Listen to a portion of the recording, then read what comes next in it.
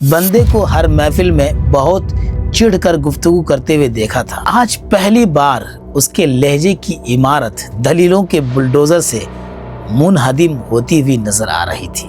ہر جاوید کے لیے ایک مفتی شمائل ہمیشہ رہے گا۔ السلام علیکم ناظرین کرام، امید ہے سب خیریت سے ہوں گے۔ تو جاوید اختر نے مفتی شمائل ندوی سے ہونے والے مباحثے کے اسٹیج کو بھی یوں لگتا ہے جیسے بدقسمتی سے ریختہ کا منچ سمجھ لیا تھا۔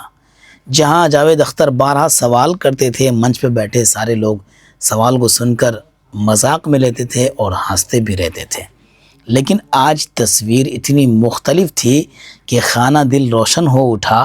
مفتی شمائل ندوی کی پختہ گفتگو نے دل جیت لیا اور ان کے حق میں ڈھیروں دعائیں نکلی۔ المیہ یہ ہے کہ جاوید اختر جیسے لوگ مجموعی طور پر نفسیاتی بیمار کے شکار ہیں، ان کے پاس آج تک پختہ علم یا تو پہنچا ہی نہیں، یا پھر انہوں نے اپنے حیوانی جذبات پہ مذہبی تعلیمات کو کبھی مسلط ہونے ہی نہیں دیا۔ وہ شروع سے ہی فلمی دنیا سے وابستہ رہے، کمیونسٹوں اور آوارہ مزاجوں کی صحبتیں انہیں میسر رہیں، آنکھیں تو کھلی رہیں لیکن دل کا کھوکھلا پن انہیں شاید کبھی مضطرب نہیں بنا سکا۔ یہی وجہ ہے مفتی صاحب کی اتنی عقلی، مذہبی اور فکری دلائل کے باوجود ٹھہر کر سنجیدگی سے سوچنے اور حقائق کو تسلیم کرنے کے بجائے اپنی ضد اور انا کی تسکین کی خاطر وہ پورے سیشن کو ایک طرح سے انجوائے کرتے رہے۔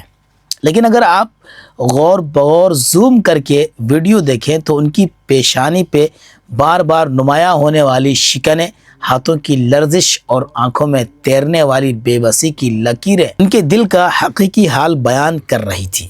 کبھی کبھار مخالف اگر علل اعلان شکست تسلیم نہ بھی کرے تو ایک صاحب فکر و نظر کو اس کے چہرے پہ پھیلنے والی بیچارگی کے عکس کو دیکھ کر ترس کھا لینا چاہیے۔ مجھے ذاتی طور پر جاوید اختر کی حالت پہ سچ بتاؤں تو انتہا درجے کا ترس آ رہا تھا۔ جاوید اختر سے پہلے بھی خدا کے وجود پر سوال اٹھانے والوں کی ایک بڑی تعداد اس دنیا میں موجود تھی، اور سوال اٹھاتے اٹھاتے اس دنیا سے چلی بھی گئی، اور آئندہ بھی اس دنیا میں ایسے لوگ ہوں گے جو خدا کے وجود پہ سوال اٹھاتے پھریں گے۔ اس طرح کے سوال کرنے والوں کو ملحد کہا جاتا ہے، یہ کیونکہ خدا کے وجود سے انکار کرتے ہیں۔ اس سوال کا جواب ان کے روزمرہ کے معمولات میں چھپا ہوا ہے۔ ایسا نہیں ہے کہ ان میں کوئی شریف یا اچھا نہیں، بہت سے ہیں، لیکن خدا کے وجود پر یقین نہ رکھنے والوں کی اکثریت مادی آسائشوں کی ایسی عادی ہے، وہ ہر جا و بجا طریقے سے عیش و عشرت میں مبتلا رہنا چاہتی ہے۔ اسے اپنی بہتر زندگی کے لیے نہ گناہوں سے اجتناب ہے اور نہ ہی کسی دوسروں کی تکلیف سے۔ مذہب اچھے اخلاق سکھاتا ہے، اور اچھے اخلاق کا مطلب صرف شرافت سے باتیں کرنا یا اچھے اخلاق کی نمائش کرنا ہی نہیں ہے۔ اچھے اخلاق کو زندگی کا حصہ بنانا ہے، اس طرح کہ اسے اپنانے والے کی آنکھ دوسروں کے غم و الم سے بھر آئے اور اس کا دل تڑپ اٹھے، وہ کسی طرح دوسروں کے دکھ بانٹ لے، وہ اپنے عیش کے لیے دوسروں کو تکلیف نہ دیں، گناہ اور جرم نہ کرے، دوسروں کا مال ہڑپ نہ کرے، دوسروں کو کمتر نہ سمجھے، اس کا دل حسد، کینہ اور نفرت سے پاک ہو، تعصب اس کو چھوڑ کر نہ گزرا ہو، اور وہ ہر حال میں صبر کرے۔ یہ تمام اوصاف اسی حالت میں ممکن ہے جب انسان مذہب اور خدا پر یقین رکھے۔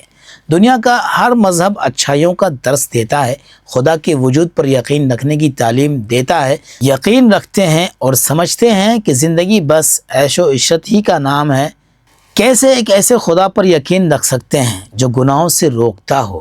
نہیں تو ایک ایسی دنیا اور ایک ایسا معاشرہ اور سماج ہی پسند آئے گا جو گاڈ لیس ہو، خدا کا نہ ماننے والا ہو، جہاں آنکھ بند کر کے وہ کام کیا جا سکتا ہو جیسے خدا روکتا ہے۔ جیسے جاوید اختر کو پردہ نہیں پسند، یا انہیں اختلاط مرد و زن سے کوئی بیزاری نہیں ہے، لیکن خدا ان سب سے روکتا ہے۔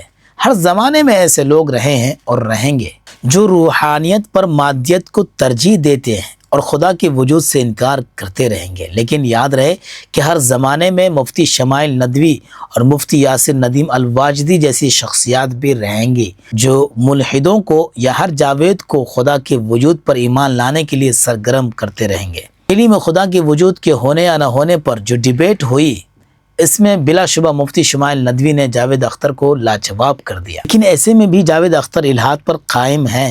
اللہ انہیں سیدھی راہ دکھائے اور الحاد کے خلاف سرگرم شخصیات کو جزائے خیر دے، آمین۔ شکراً، جزاکم اللہ خیرہ۔